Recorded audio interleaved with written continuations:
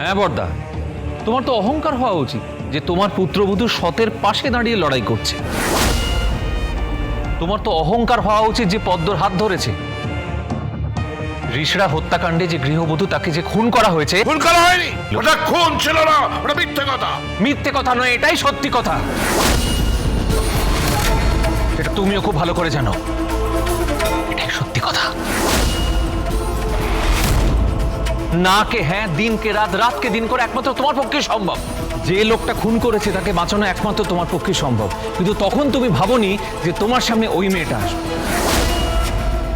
বাচ্চা মেয়ে যাকে তুমি আন্ডার এস্টিমেট করেছিলে, যাকে ধর্তব্যের মধ্যে তুমি ধরনি, সেই মেয়েটা কাঠগড়ায় দাঁড়িয়ে তোমার মুখোমুখি হয়ে চোখে চোখ রেখে তোমাকে বলে বলে গোল দিচ্ছে। ছোটকা, ছোটকা প্লিজ প্লিজ এবার আপনি একটু চুপ করুন। বাবার এমনিতে হাই ব্লাড প্রেশার। তাহলে ওনাকে রিটায়ার করতে বলো। সত্যি সত্যি বলি গীতাকে ফেয়ারওয়েল দিতে, দেখতে ভালোই লাগবে। শ্বশুর মশাইকে ফেয়ারওয়েল দিচ্ছে স্বয়ং পুত্রবধূ। আমি ফেয়ারওয়েল নেব না।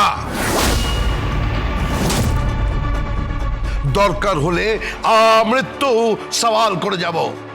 And don't forget that I am the king. I am the best. Agnijit Mukherjee.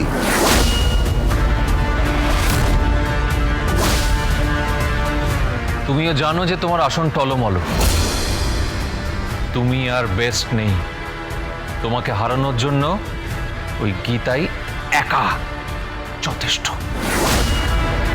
গীতার পায়ে বেড়ি বেঁধে দেবো, বেড়ি বেঁধে দেবো।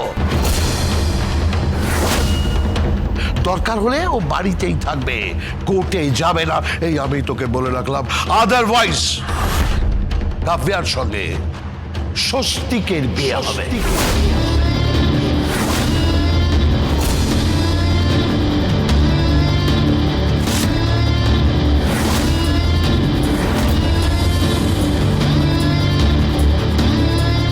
সেটারই সম্ভাবনা বেশি। তুমি এই গেমটা জিততে চাও বাবা? হ্যাঁ। তাহলে স্বস্তিকের সঙ্গে গীতার বিয়ে ব্যবস্থা করো।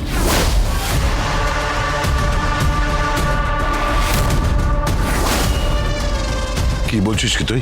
ইয়েস, আমি মমকেও বলেছি বিয়ের ব্যবস্থা করো, ধুমধাম করে বিয়ে দাও। বিয়ের প্রত্যেকটা রিচুয়ালস খুব নিখুঁতভাবে পালন করা হোক। ওই শুভ দৃষ্টি, সাত পাকে বাঁধা, অগ্নিসাক্ষী, সিঁদুরদান। কেন? বিয়ে তো হয়ে গেছে। শুধু তুমিও দেখোনি আর আমিও দেখিনি।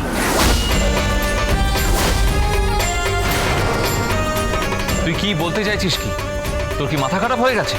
ভাত কাপড়ের অনুষ্ঠান হয়ে গেছে, ফুলসজ্জা হয়ে গেছে। কিচ্ছু হয়নি। না ভাত কাপড় হয়েছে, না ফুলসজ্জা হয়েছে, কিচ্ছু হয়নি। বাবা আমি তোমাকে বলছি, বাবা তুমি এই কেসটা তুড়ি মেরে জিতে যাবে। তুমি শুধু আমার এই ছোট্ট প্রস্তাবটা মাথায় রাখো, তারপর দেখবে দুধ আর জল আলাদা হয়ে গেছে। সত্যিটা সামনে আসছে আর মিথ্যেটা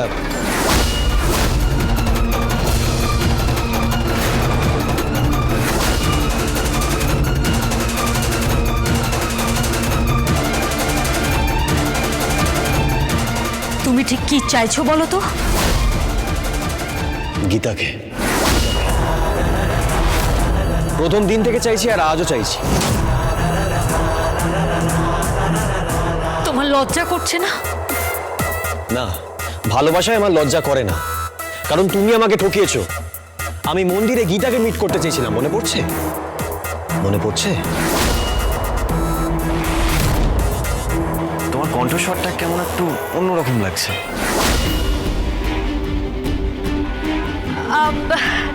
না না, আমরা তো সবসময় ফোনে কথা বলেছি, এখন সামনে দেখা হলো তাই সামনাসামনি অন্যরকম লাগছে।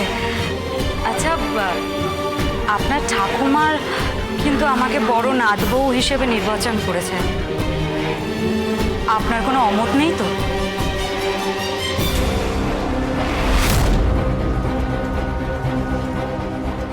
কি হলো? কি ভাবছেন? আপনি এই বিয়েতে রাজি নন? আমি রাজি।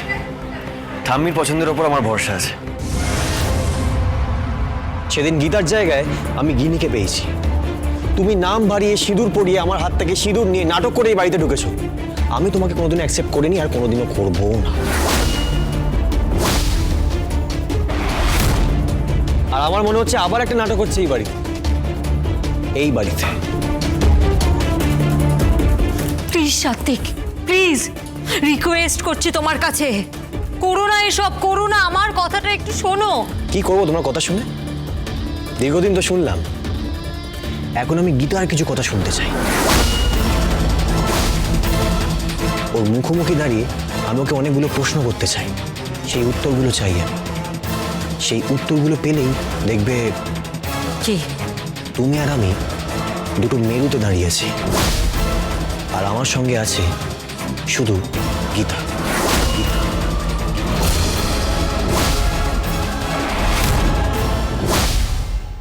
জীবনে হবে না, জীবনে গীতা তোমার সামনে আসবে না, জীবনে না। তুমি গীতাকে চেনো না। আরে গীতাও আমাকে চেনে না। আমি বড্ড জেদি, একগুঁয়ে, যা চেয়েছি তা পেয়েই ছেড়েছি। তোমার মতন একটা সুন্দরী মেয়েকে সামনে রেখে আমি স্বামীর দায়িত্ব পালন করি না, তুমি বুঝতে পারো না? I love Gita.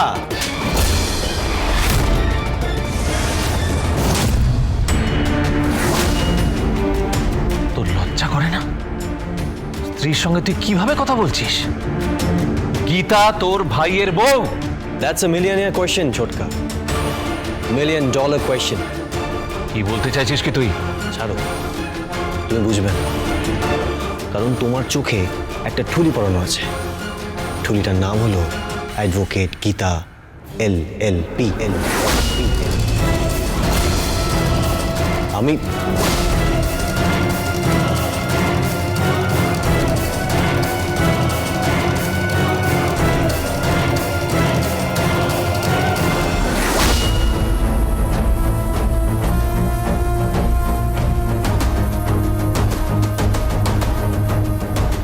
তুমি কিছু ভেবো না গিনি, সব ঠিক হয়ে যাবে।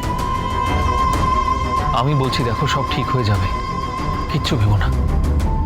গীতা আছে না, গীতা ঠিক শায়েস্তা করে দেবে ওকে। ও তো নিজেই বলে কোর্টের ভিতরে ওর মুখ চলে আর বাইরে হাত। এবার ওর মার খাওয়ার সময় এসে গেছে, মার খাবার।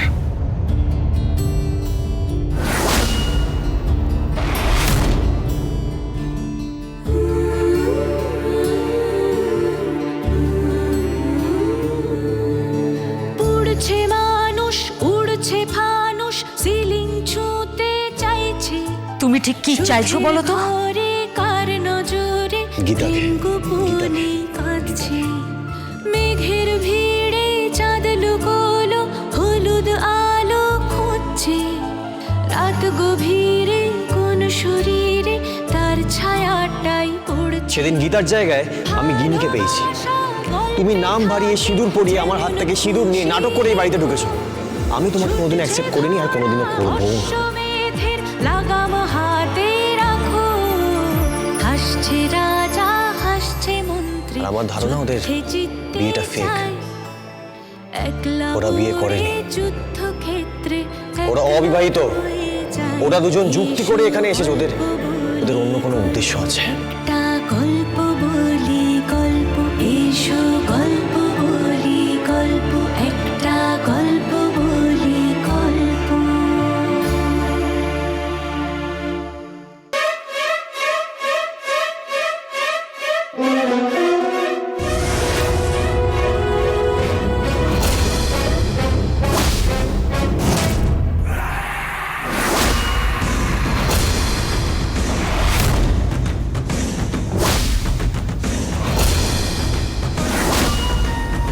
বাবু সোনা, তুই হ্যাঁ আমি।